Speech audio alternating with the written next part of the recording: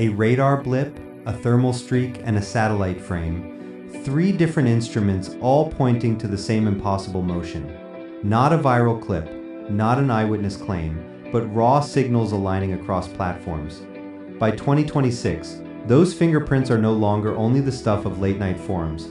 They show up in pilot logs, on military dashboards, and in declassified briefings. Tonight we cut through the noise. We'll show what's actually new, what still doesn't add up, and the few things that could change everything about UFO mysteries over the next year. Quick note before we dive in, unidentified means unidentified. Most sightings will have ordinary explanations: glitches, birds, balloons, or space junk.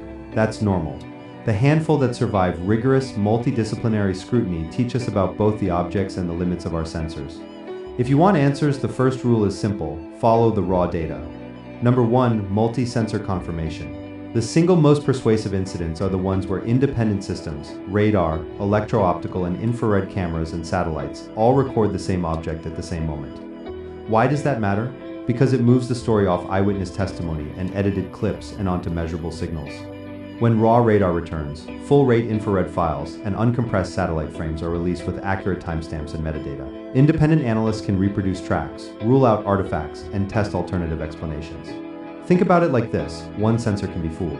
A camera can pick up a reflection, a radar can register a flock of birds or a processing artifact, but 3 independently designed systems with different operating principles and different failure modes, agreeing on position and motion at the same time. That's a very different problem. The 2004 naval encounters in the public record are often referenced because pilots, radar operators, and shipboard systems documented anomalous behavior. Those cases sparked the modern push for data transparency for a reason. In 2026, watch for incidents that include those unprocessed streams. That's when the debate shifts from someone saw something to multiple instruments recorded the same something. Number 2, anomalous motion and transmedium claims. Over the last decade, a small number of reports described objects diving straight into the sea, vanishing and reappearing, or accelerating in ways that exceed known aircraft performance. Those descriptions force 2 competing explanations. Either we're looking at genuinely new capabilities, or we're misreading sensors and the processed outputs they produce. The difference comes down to provenance, where the signal originated, how it was processed, and whether the timestamps and processing logs survive.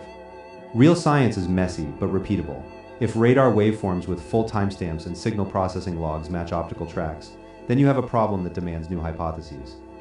If the supposed maneuvers only appear after filtering, smoothing, or selective clipping, odds are you're seeing multipath reflections, algorithmic artifacts, or parallax-induced illusion.